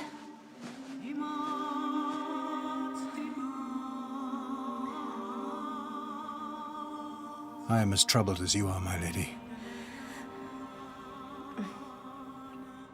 I have forbidden myself to think of you for so long. And here I find you again. As alluring as ever. They tell me you were attacked by the Shamba, that you almost died. I was also told that you killed their chief, Tabrak. If what they say is true, you will have brought me the most precious of gifts. I prepared them myself. Thank you, Miss Williams, thank you. Miss Williams is so settled in this country that she's now known as Aisha. You'll upset her if you dare call her anything else. True, Aisha? Yes, Maleki. All of this must appear very strange to you, Prince Ali. I would suppose that you are well aware of the disagreeable revelations that have appeared in various publications penned by Monsieur Didot. Isn't that why you've come? I'm here because I love you. You were in love with Lady Hester, niece of the Prime Minister William Pitt. But do you love Maleki, Queen of Palmyra, who ordered the destruction of an entire tribe of degenerates, who would do it all again if necessary? I had hoped, I admit, that you would denounce the awful accusations the European press has made. God would not wish me to favor the needs of the innocent over my obligation to punish their oppressors. Who can speak for God? Who can prejudge his will? The entire Quran is forgiveness. Each verse begins with, "In the name of God, the merciful, the compassionate."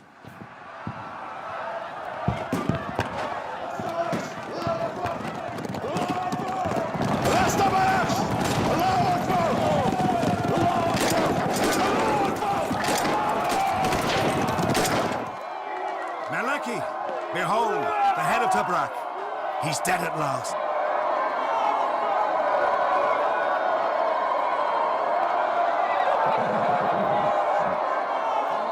So after your pilgrimage to Mecca, you'll return to Morocco? Yes, Maleki, I'm going to Morocco to fulfill my destiny.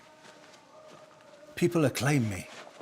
The most ordinary citizen will watch out for me, so they can kiss my clothes or the flanks of my horse as I make my way. I know they will rejoice wildly when they hear of my return. I have no doubt of my destiny as Sultan. Perhaps Caliph.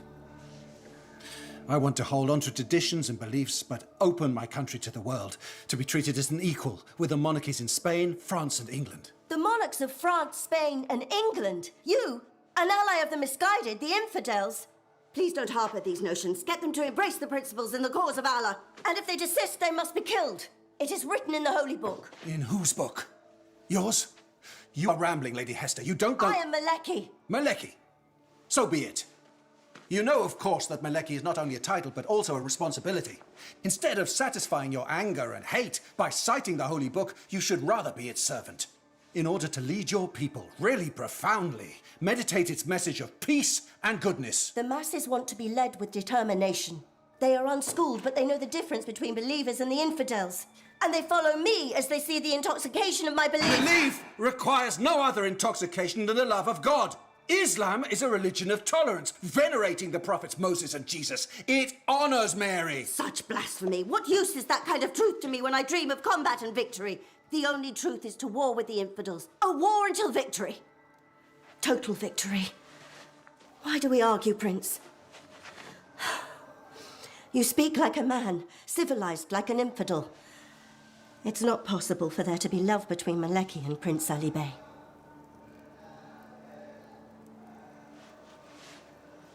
Sadly, our paths are diverging. Heaven grant that Muslims will not tear themselves apart in Allah's name, as we ourselves are doing.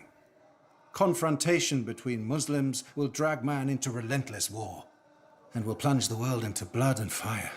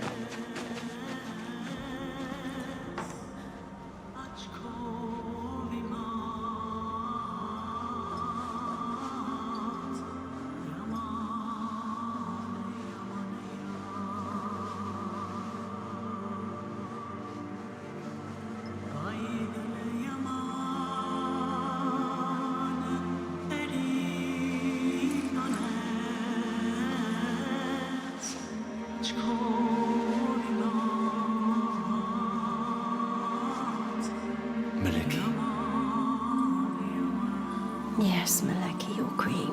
Let me share with you the triumph of my coronation.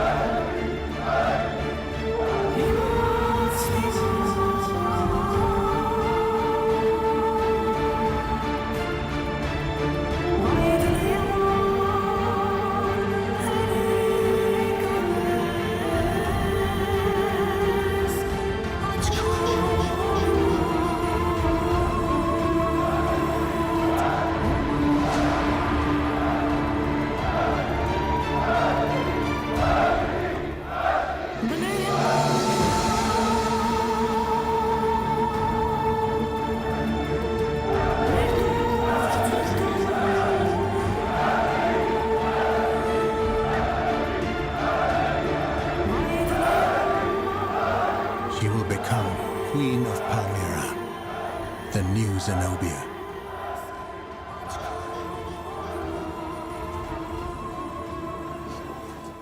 I'll never see him again. Lisbeth, I'm the unhappiest woman in the world. And probably the most foolish. My lady, don't distress yourself so. I promise that the one you call your prince isn't worth a single one of those tears. No.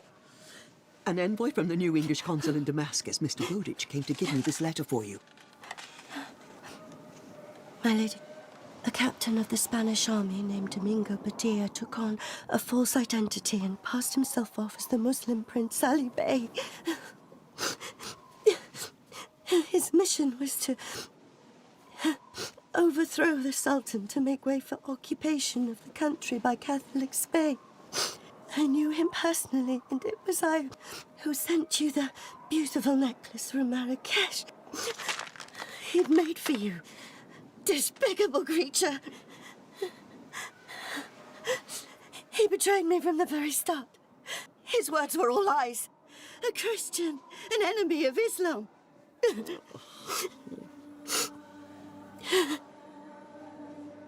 Are the cakes we're making for him prepared? Yes. Bring them.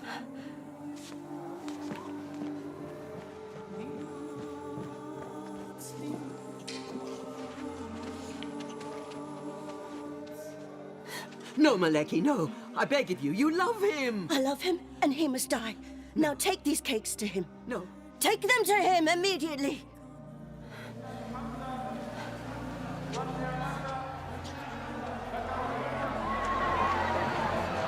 Good luck, Prince. God bless.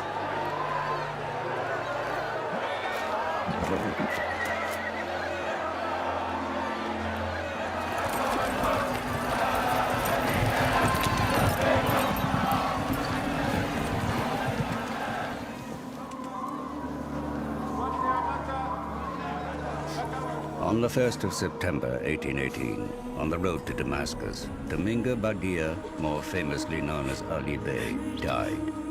He had been poisoned. 20 years later, on the 20th of June 1838, worn down by madness, terror, and abject poverty, Lady Hester Stanhope, or Maleki, Queen of Palmyra, also perished. Until her dying day, she waited in vain for the arrival of the last prophet of mankind.